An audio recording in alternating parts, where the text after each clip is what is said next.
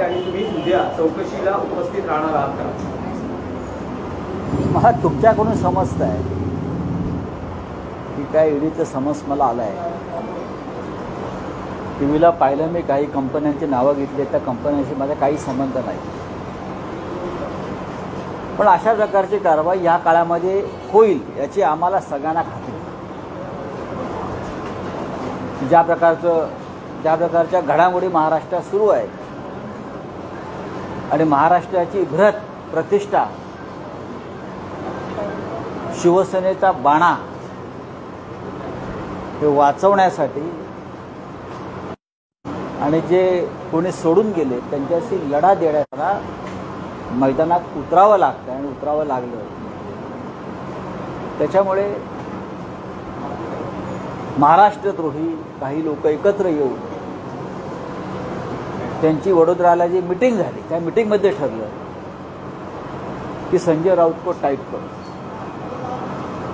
तेव्हाच मला माहिती आली की हे ईडी तुम्हाला समन्स पाठवून बोलवेल. पण माझी तयारी आहे शिवसेनेसाठी आणि महाराष्ट्रासाठी, बाळासाहेब ठाकरेंच्या शिवसेनेसाठी आणि महाराष्ट्रासाठी अशा प्रकारच्या कोणत्याही बनावट कारवाईनं माझी मान कापली तरी मी गुवाहाटीला जाणार नाही, मी गुडघे टेकणार नाही, मी तुरुंगात जाणं पसंत करीन. खोट्या या अशा प्रकरणामध्ये काय करायचं ते करू. अजून जर त्याला कुठले माझ्यावरती खोटे खटले दाखल करायचे असतील तरी माझी तयारी आहे. शिवसेनेचा वाघ आहे, बाळासाहेब ठाकरेंबरोबर 30 वर्ष काम केलं, शिवसेनेचा नेता आहे, लढाऊ अशा सामनाचा आणि संपादक आहे. काय करणार, माझं मनोधैर्य ते कच्ची करू शकणार नाही. जिथे असेल तिथून मी शिवसेनेसाठी लढत राहील. पाहू काय होत आहे. नाही,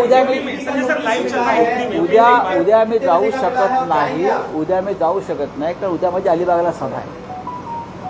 उद्या माझं शेड्यूल आहे अलिबागला माझी सभा आहे. हां, उद्या माझी अलिबागला सभा आहे आणि त्या सभेला मला जावं लागेल आणि मला असं वाटतं मी त्या सभेसाठी जाईन.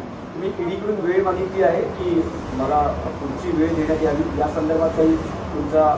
नाही, ते होईल ना पत्र. कायदेशीर लढाई आहे, त्याहीपेक्षा मी कायदेशीर लढाईला पेक्षाही साधारण मला काही वेळ लागेल, कारण हे सगळ्या पक्षाच्या घडामोडी आहेत, त्यात मला वेळ द्यावा लागेल. आणि काही उपक्रम त्यांना मला अटक करून घेऊन जायचं असेल तर मला घेऊन जाऊ शकतात. जर दिल्लीतून तसा आदेश असेल भारतीय जनता पक्षाच्या नेत्यांचा आणि महाराष्ट्रातल्या नेत्यांचा की यांना अटक करा आणि घेऊन जा, तर ते मला घेऊन जाऊ शकतात कधी. सर, हिंदी में बता दें, सर हिंदी में दोहरा दें, ईडी ने बुलाया है, क्या सूचना मिली? भावनी पाडोले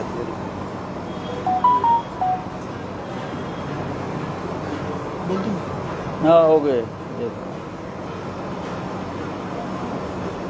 हाँ, क्या ईडी ने आपको नोटिस दिया हुआ, ये सूचना है, कल आपको बुलाने की तैयारी है? देखो, नोटिस, मैं सामना कार्यालय में हूँ, ये मेरा घर नहीं, यहाँ नोटिस नहीं आ सकता है. ये तो बाला साहब ठाकरे की वास्तु है. अगर घर में नोटिस आई होगी तो मैं देख लूँगा. जिस तरह की राजनीतिक हलचल मुंबई में चल रही है, महाराष्ट्र में, देश में चल रही है, तो मुझे पूरा अंदेशा था कि मेरे बारे में मुझे रोकने के लिए, शिवसेना को रोकने के लिए कुछ लोग इकट्ठा आएंगे महाराष्ट्र के खिलाफ और मुझे और मेरे कोई साथी हुए उनको तकलीफ देंगे. लेकिन चाहे आप मुझे कितनी भी तकलीफ दीजिए, मुझे फांसी पर चढ़ाइए, मेरी गर्दन काट लीजिए, मैं गुवाहाटी में जाने वाला नहीं. क्या मैं गुवाहाटी जाने वाला नहीं हूँ. मैं आपको बताता हूँ, मैं बाला साहब ठाकरे जी की जो शिवसेना है उनके साथ खड़ा रहूँगा और उनकी साख बचाने के लिए आखिरी सांस तक मैं लड़ता रहूँगा, चाहे मुझे आप गोली मार दो या मुझे जेल डालो. ईडी के दफ्तर जाएंगे। आरोप साहब सर, कल ईडी के दफ्तर देखिए, जा रहे हैं। मेरे पास सुप्रीम कोर्ट में ये इम्पोर्टेंट सर ये कहा गया है कल ईडी के दफ्तर जा रहे कल हैं। मेरी अलीबाग में सभा है और भी सभाएं मैंने शेड्यूल की है पार्टी की तरफ से।